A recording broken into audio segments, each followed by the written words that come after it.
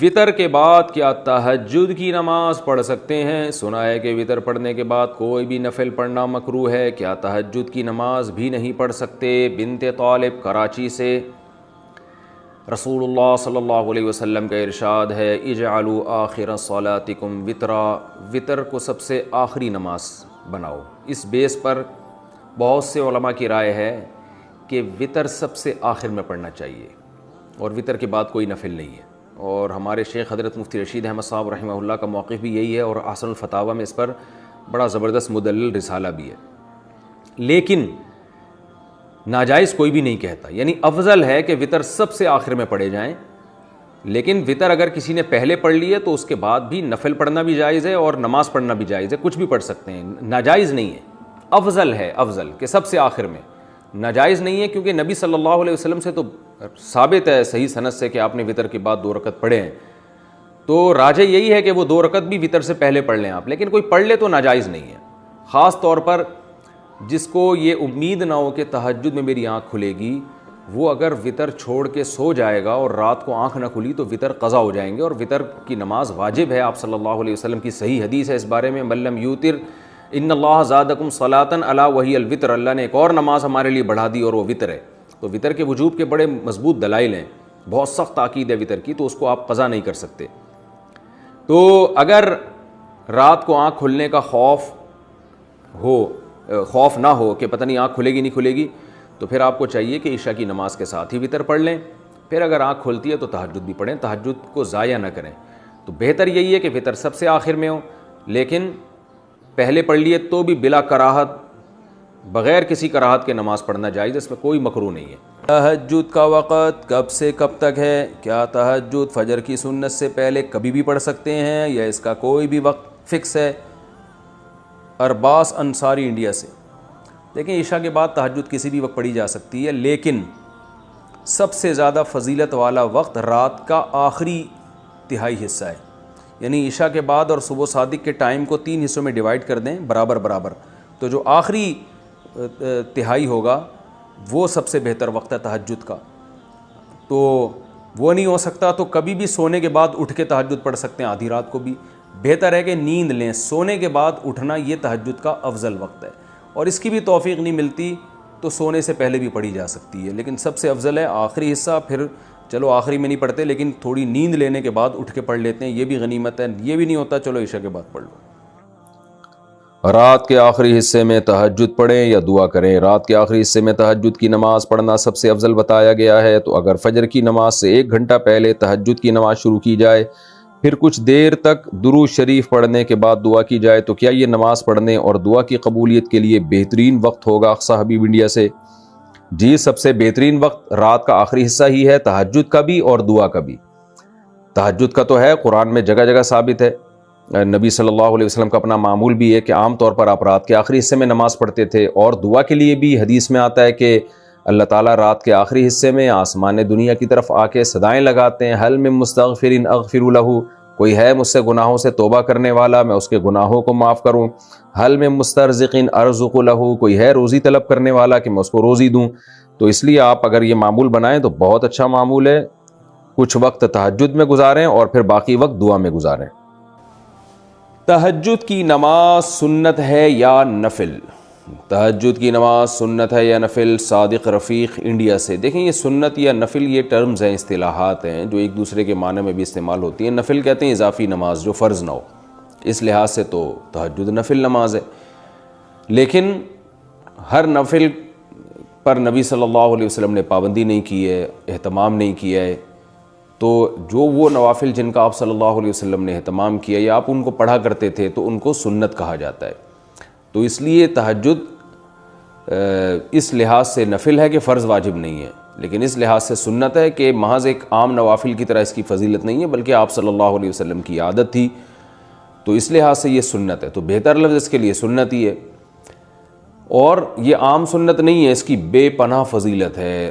قرآن مجید میں اللہ نے اہل جنت کی جہاں بھی صفات بیان کی ان میں تہجد کا بھی عموماً ذکر کیا ہے، جیسے قرآن مجید میں آتا ہے کہ الذین یبیتون لربہم سجدا وقیاما، ہمارے جو نیک بندے ہیں وہ راتوں کو ہمارے سامنے سجدہ اور قیام کرتے ہیں، اور سورہ سجدہ میں اللہ تعالیٰ کے ارشاد ہے تتجافى جنوبهم عن المضاجع يدعون ربهم خوفا وطمعا، کہ ہمارے نیک لوگوں کے پہلو رات کو بستروں سے جدا ہو جاتے ہیں اور اپنے رب کو پکارتے ہیں خوف اور امید سے۔ تو یہ ساری چیزیں ہیں۔ نبی صلی اللہ علیہ وسلم نے ایک صحابی کے بارے میں فرمایا کہ فلاں کتنا ہی اچھا ہے، کاش وہ تہجد پڑھ لیتا۔ تو اس طرح کی روایات ہیں۔ تو آپ صلی اللہ علیہ وسلم نے عبداللہ بن عمر کے بارے میں فرمایا، ان کو وصیت کی، ان کے بارے میں صحابی سے فرمایا کہ یہ تہجد کا اہتمام کریں تو کیا ہی خوب ہیں۔ عبداللہ بن عمر فرماتے ہیں اس کے بعد سے میں نے کبھی تہجد نہیں چھوڑی ہے۔ تو ایسی بہت ساری روایات ملتی ہیں۔ سورہ مزمل کا پورا دوسرا رکوع ہے ہی تہجد سے متعلق۔ ان ربک یعلم انک تقوم ادنی من ثلثی اللیل ونصفہ وثلثہ وطائفۃ من الذین معک واللہ یقدر اللیل والنہار، کہ آپ پوری رات تہجد نہیں پڑھ سکتے، آپ کو دن میں یعنی آپ کے جو ساتھی ہیں ان کو مزاربت بھی کرنی ہے، دنیا کے معاملات بھی نمٹانے ہیں، دن میں بعض دفعہ جہاد بھی کرنا ہے، تو آپ رات کا کچھ حصہ اٹھ جائیے، آپ بھی اور آپ کے ساتھی بھی۔ تو بہت ہی اہتمام ہے۔ اور فقرؤوا ما تیسر منہ، اور اس میں جتنی تلاوت ممکن ہو آپ اللہ کے سامنے کھڑے ہوں اور قرآن کی تلاوت کیجیے۔ تو یہ اتنی ساری احادیث، اتنی ساری روایات سے علماء کہتے ہیں کہ بہت زیادہ محرومی کا باعث ہے یہ عمل کہ ایک آدمی تہجد نہ پڑھتا ہو۔ اور آپ صلی اللہ علیہ وسلم نے فرمایا کہ رات کے آخری حصے میں اللہ تعالیٰ آسمان دنیا کی طرف آتے ہیں اور یہ ندا لگاتے ہیں حل من مسترزق ارزق له، حل من مستغفر اغفر له، کوئی ہے مجھ سے روزی مانگنے والا میں اس کو روزی دوں، کوئی ہے مجھ سے گناہوں کی معافی مانگنے والا میں اس کو معاف کروں۔ تو اس لیے رات کو جلدی سونا چاہیے، اور تہجد میں رات کے آخری حصے میں جو تہجد کا ٹائم ہے، جو سب سے اچھا ٹائم ہے، ویسے تو کسی بھی وقت رات کو پڑھی جا سکتی ہے، لیکن سب سے افضل ٹائم ہے کہ آپ سوئیں اور سونے کے بعد رات کے آخری حصے میں اٹھیں اور اس وقت راز و نیاز کریں، اللہ کے سامنے دعائیں مانگیں۔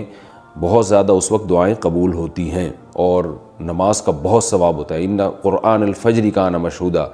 تہجد کے بعد کچھ دیر سونا کیا سنت ہے؟ راشد صاحب لاہور سے پوچھتے ہیں، جب ہم تہجد کے لیے اٹھتے ہیں اور تہجد کے بعد تھوڑی دیر کے لیے لیٹ جاتے ہیں تو لیٹ جانا سنت ہے یا سو جانا سنت ہے، اور یہ سنت ہے یا نہیں، اس بارے میں رہنمائی فرمائیں۔ جی ہاں بھائی، سنت ہے۔ رسول اللہ صلی اللہ علیہ وسلم تہجد کی نماز کے بعد کچھ دیر ہلکی نیند لیا کرتے تھے، کیونکہ وہ وقت تھوڑا سا ہی ہوتا ہے، تو تھوڑی دیر آپ سویا کرتے تھے۔ جب حضرت بلال اذان کہتے تھے، فجر کا وقت داخل ہوتا تھا، تو نماز سے تھوڑی دیر پہلے آپ آرام فرمایا کرتے تھے۔ قرآن کہہ رہا ہے اقیم الصلاۃ لدلوک الشمس۔ پیچھے قرآن نے تذکرہ کیا کہ رسول اللہ صلی اللہ علیہ وسلم پر اتنا زیادہ مشرکین کا دباؤ ہے کہ قرآن کہتا ہے کہ اگر ہم آپ کو ثابت قدم نہ رکھتے تو آپ بھی ان کی طرف مائل ہو جاتے۔ تو ظاہر ہے بہت سخت دباؤ اور جبر ہے آپ کے اوپر، تو ایسے موقع پہ ایسا کام کرنے کی ضرورت ہے جس سے آپ کو ثابت قدمی ملے اور اللہ کا قرب حاصل ہو۔ تو اس کا سب سے بہترین طریقہ قرآن کہتا ہے نماز ہے، یعنی اے نبی صلی اللہ علیہ وسلم آپ نماز کو مضبوطی سے تھامیے تاکہ آپ کو ثابت قدمی ملے، آپ کو اللہ کا قرب ملے، کیونکہ جس اللہ کے لیے کام کیا جا رہا ہے نا، جب تک اس اللہ سے رشتہ مضبوط نہیں ہوگا تو اس کام میں آپ ثابت قدم نہیں رہ سکتے، اور اللہ سے رشتہ مضبوط کرنے کا سب سے بڑا ذریعہ نماز ہے۔ اس لیے قرآن کہتا ہے اقیم الصلاۃ، آپ نماز قائم کیجئے، لدلوک الشمس، سورج کے ڈھلنے کے وقت۔ سورج کب ڈھلتا ہے؟ جب بالکل بلندی پہ جا کے ڈھلنا شروع ہوتا ہے تو ظہر کا وقت شروع ہوتا ہے، الی غسق اللیل، رات کے اندھیروں تک، یعنی اس میں 4 نمازیں آ گئیں۔ سورج جب ڈھلتا ہے نا، بالکل بلندی پر ہوتا ہے، تھوڑا سا ڈھلتا ہے ظہر کا وقت، مزید ڈھلان پیدا ہوتی ہے عصر کا وقت، مزید ڈھلتا ہے مغرب کا وقت، اور پھر الی غسق اللیل، سورج تو غائب ہو جاتا ہے مغرب کے بعد، پھر رات کے اندھیرے میں یعنی عشاء کا وقت، وقرآن الفجر، اور فجر کے وقت میں، فجر کی تلاوت کے وقت میں۔ تو قرآن میں اشارہ کر دیا کہ اصل تلاوت کا وقت ہے ہی فجر کا۔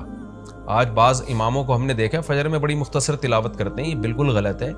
سنت ہے فجر میں طوال مفصل، یعنی سورہ حجرات سے لے کے سورہ بروج تک کی جو لمبی لمبی صورتیں ان کو تلاوت کیا جائے۔ تو فجر کے قرآن کے وقت بھی آپ نماز قائم کیجئے۔ ان قرآن الفجری، بے شک فجر کا جو قرآن ہے، فجر میں جو تلاوت ہے، کانا مشہودا، اس میں حاضر ہوتے ہیں۔ کون حاضر ہوتے ہیں؟ حدیث سے پتہ چلتا ہے فرشتے۔ فجر کا وقت اتنا مبارک وقت ہے جب اس میں امام صاحب قرات کرتے ہیں اور لوگ ہاتھ باندھ کے پیچھے امام کی قرات سنتے ہیں، ایک خاص سکینت نازل ہوتی ہے اللہ کی طرف سے، اور فرشتے بھی اس تلاوت میں نازل ہوتے ہیں۔ صحیح حدیث سے یہ بات ثابت ہے کہ فرشتے جو تبدیل ہوتے ہیں نا ان کے آنے جانے کا وقت اور فجر اور عصر میں ہے، وہ جو فجر میں فرشتے آتے ہیں انسان کی حفاظت کے لیے، لہو معقبات من بین یدیہ ومن خلفہ یحفظونہ من امر اللہ، بہت ساری مخلوق اس کائنات میں ایسی ہے جہاں تک سائنس نہیں پہنچی اور ہو سکتا ہے قیامت تک پہنچ ہی نہ سکے، وہ انسان کی عقل سے بالاتر ہے وہ مخلوق، اور یہ بھی ممکن ہے پہنچ جائے سائنس ترقی کر کے۔ وہ مخلوق انسان کو نقصان پہنچانے کی کوشش کرتی ہے، تو اس مخلوق سے بچانے کے لیے جن میں جنات ہیں سر فہرست، ان سے بچانے کے لیے اللہ نے فرشتوں کا انتظام کیا ہے۔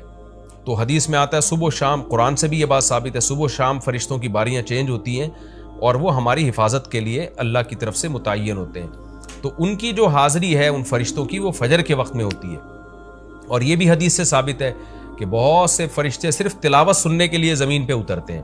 تہجد کے بارے میں حدیث میں آتا ہے کہ جب کوئی شخص تہجد میں قرآن کی تلاوت کرتا ہے تو فرشتے آنا شروع ہوتے ہیں اور اس کے جو ہے نا لبوں پہ اپنے منہ کو رکھ لیتے ہیں اس کی تلاوت کو چکھنے کے لیے، اتنا فرشتوں کو لطف محسوس ہوتا ہے تہجد کی تلاوت میں، اور پھر وہ تانتا بناتے بناتے جو ہے نا ایک دوسرے پہ سوار ہوتے ہوتے آسمان کی بلندیوں تک پہنچ جاتے ہیں۔ تو فجر کی نماز میں بھی یہ فضیلت ہے۔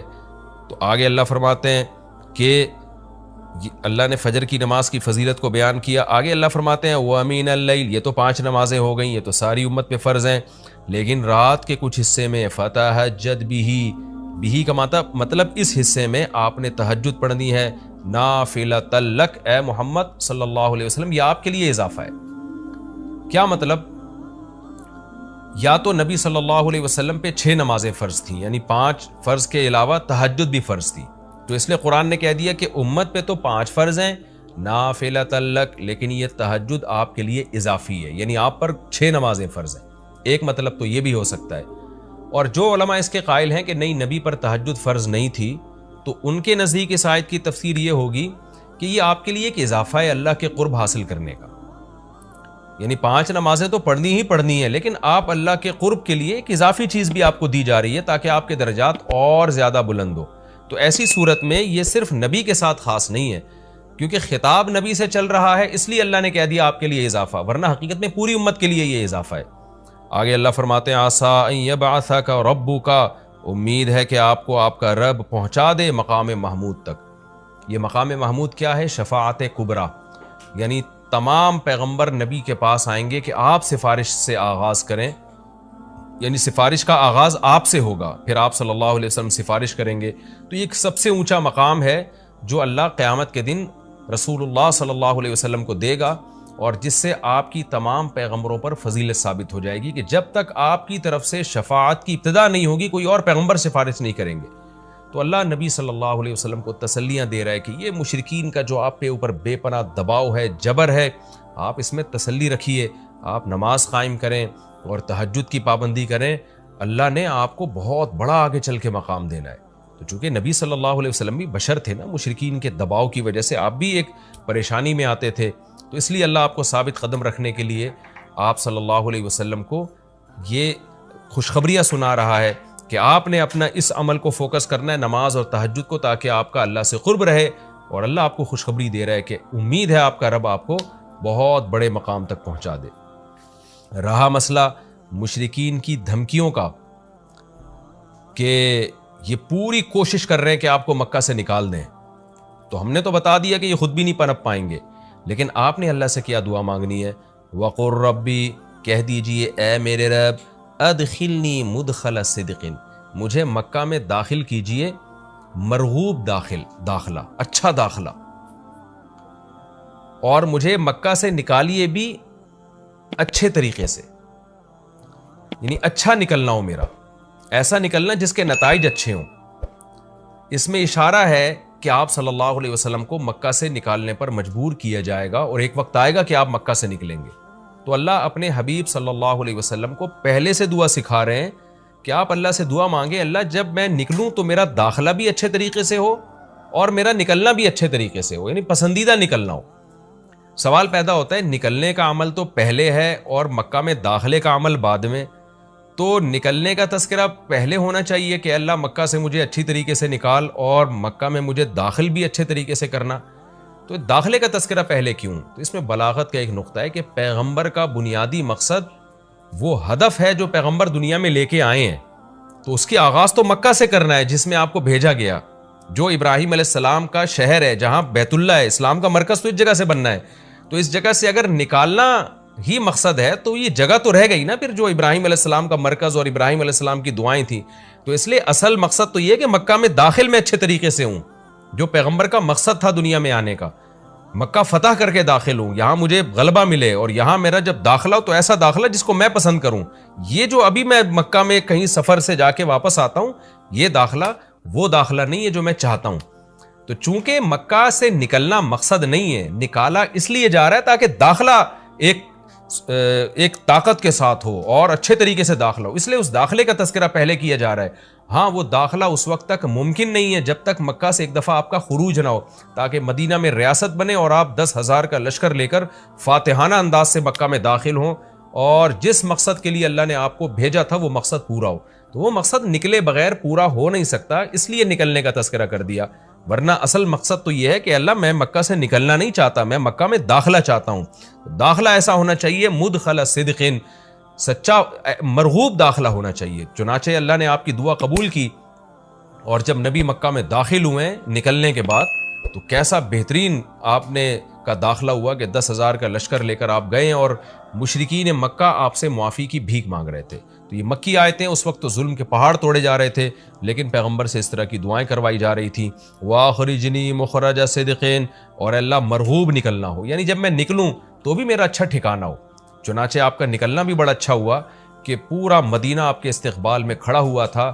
اور طلع البدر علینا من ثنیۃ الوداع، یہ جو ترانے ہیں یہ مدینہ کی بچیاں آپ کے استقبال میں پڑھ رہی تھی. تو آپ کا نکلنا بھی اچھا ہوا، یعنی مدینہ میں داخلہ جو مکہ سے نکل کے، اور پھر جو مکہ میں آنا وہ تو اس سے بھی زیادہ عزت اور شان کے ساتھ ہوا. وَاجْعَلْ لِي مِن لَّدُنْكَ سُلْطَانًا نَصِيرًا، اور اللہ تو بنا دے میرے لیے اپنے پاس سے زبردست طاقت جس میں میری مدد ہو، غلبہ دے دے مجھے مشرکین پر. یہ بھی مستقبل کی دعا ہے جو ان حالات میں نبی سے منگوائی جا رہی ہے، اور اللہ نے آپ کی ساری دعاؤں کو قبول کیا. سلطان نصیر بھی دے دیا آپ کو، غلبہ بھی دے دیا مکہ پہ، ایسا غلبہ جس میں اللہ کی مدد تھی، اور وہ کمزور غلبہ نہیں تھا. طاقتور غلبے کو سلطان کہا جاتا ہے. اور مدینہ میں جانا بھی آپ کا پسندیدہ ہوا، اور مکہ میں آنا بھی آپ کا پسندیدہ ہوا. اور اے نبی آپ یہ بھی کہہ دیجئے جاء الحق، حق آ چکا ہے، وزہق الباطل، اور باطل فنا ہو چکا ہے. حالانکہ جس وقت یہ دعا منگوائی جا رہی تھی باطل فنا نہیں ہوا تھا، لیکن ماضی سے جب کسی چیز کو تعبیر کیا جاتا ہے تو یہ بتانے کے لیے گویا یہ کام ہو چکا ہے، حالانکہ ہوا نہیں، ہوگا. لیکن نبی کی زبان سے نکلوایا جا رہا ہے کہ آپ مشرکین میں اعلان کر دیں کہ بس یہ کام ہو چکا ہے، حق آ گیا، باطل ختم. اور یعنی ہوگا تو فیوچر میں، لیکن گویا ابھی ہو چکا ہے. اتنا یقینی ہے کہ میں تمہیں اس کی پہلے سے خبر دے چکا ہوں کہ باطل اب پنپنے نہیں پائے گا، کیونکہ حق اب آ چکا ہے. ان الباطل کان زہوقا، اور باطل تو ہے ہی فنا ہونے والی چیز. جب حق آتا ہے تو باطل فنا ہو جاتا ہے. نبی صلی اللہ علیہ وسلم جب مکہ مکرمہ میں داخل ہوئے نا، تو آپ بتوں کو چھڑیوں سے گراتے تھے، چھڑی سے مکہ میں داخل ہو کے 360 بت کو ایک ایک کر کے چھڑی مارتے تھے، اور وہ بت الٹے لڑکتے تھے. تو آپ اس موقع پر یہ آیت پڑھ رہے تھے کہ جاء الحق وزہق الباطل ان الباطل کان زہوقا. کیا کیفیات بنتی ہوں گی صحابہ کی اور پیغمبر کی اس وقت کہ جو خوشخبری ان کو 13 سال پہلے دی گئی تھی، کئی سال پہلے دی گئی تھی، اور یقینی دی گئی تھی کہ یہ ہو چکا، تو اللہ نے اپنی آنکھوں سے دکھا دیا کہ کیسے بتوں کو بیت اللہ سے نکالا جا رہا ہے، اور اللہ کے گھر کو کیسے شرک سے پاک کیا جا رہا ہے. وَنُنَزِّلُ مِنَ الْقُرْآنِ مَا هُوَ شِفَاءٌ وَرَحْمَةٌ لِّلْمُؤْمِنِينَ، اور قرآن کہہ رہے ہیں ہم قرآن نازل کرتے ہیں جس میں مومنین کے لیے شفا ہے. یعنی اے نبی آپ کی تسلی کے لیے اور بھی ہم بتائیں آپ کو کہ ہم یہ جو آیتیں نازل کر رہے ہیں نا، اس میں مومنین کو بھی شفا مل رہی ہے، ان کی اصلاح ہو رہی ہے شرک سے اور برے عقیدوں سے، اور مسلمانوں کے لیے یہ رحمت ہے، ان کو تسلیاں بھی مل رہی ہیں. وَلَا يَزِيدُ الظَّالِمِينَ إِلَّا خَسَارًا، اور ظالمین کے خسارے میں اضافہ ہو رہا ہے، کیونکہ ظالمین اس پر عمل نہیں کر رہے، حجت تمام ہو رہی ہے. وَإِذَا أَنْعَمْنَا عَلَى الْإِنسَانِ أَعْرَضَ وَنَأَىٰ بِجَانِبِهِ، قرآن کہتے ہیں ہم جب انسان پر احسان کرتے ہیں تو وہ اعراض کرتا ہے اور اپنے پہلو کو ہٹا دیتا ہے. نعمت ملنے کے بعد بجائے اللہ کے قریب ہونے کے اللہ سے دور ہوتا ہے. وَإِذَا مَسَّهُ الشَّرُّ، اور جب انسان کو کوئی مصیبت پہنچتی ہے، كَانَ يَئُوسًا، تو مایوس ہونے لگتا ہے. یعنی انسان کے بارے میں شکایت کی جا رہی ہے کہ اس کا اللہ پر ایمان نہیں ہے. پیغمبر کا مقصد ہے اللہ سے جوڑنا. تو یہ جو مشرکین ہیں جو اللہ کو نہیں مانتے، یہ خوشیوں میں بھی اللہ کو بھولتے ہیں اور غم میں بھی اللہ کو بھولتے ہیں، اسباب کو دیکھتے ہیں. لہٰذا جب اسباب کو آپ دیکھتے ہو اور پریشانی آتی ہے تو اسباب بتا رہے ہوتے ہیں پریشانی دور نہیں ہو سکتی، تو مایوس ہونے لگتے ہیں، ڈپریشن میں جاتے ہیں. اور جب خوشی آتی ہے تو اپنا کمال سمجھتے ہیں، لہذا اترانے لگتے ہیں اور خدا سے دور ہو جاتے ہیں. تو اے نبی ان سے کہہ دیجئے کل یعمل علی شاکلتی، ہر شخص اپنی نیچر کے مطابق عمل کر رہا ہے. اچھے لوگ کیا کرتے ہیں کہ جب انہیں خوشی ملتی ہے تو شکر ادا کرتے ہیں، اور غم آتا ہے تو مایوس نہیں ہوتے، ان کو پتہ ہے غم اللہ دور کر سکتا ہے. فربکم اعلم، تمہارا رب خوب جانتا ہے بمن ہوا اہدی سبیلا، کون ان دونوں فریقوں میں سیدھے راستے پر چل رہا ہے. جو غموں میں مایوس ہو اور خوشیوں میں اترانے لگے، خدا سے دور ہو جائے، وہ گمراہی والے راستے پر ہے.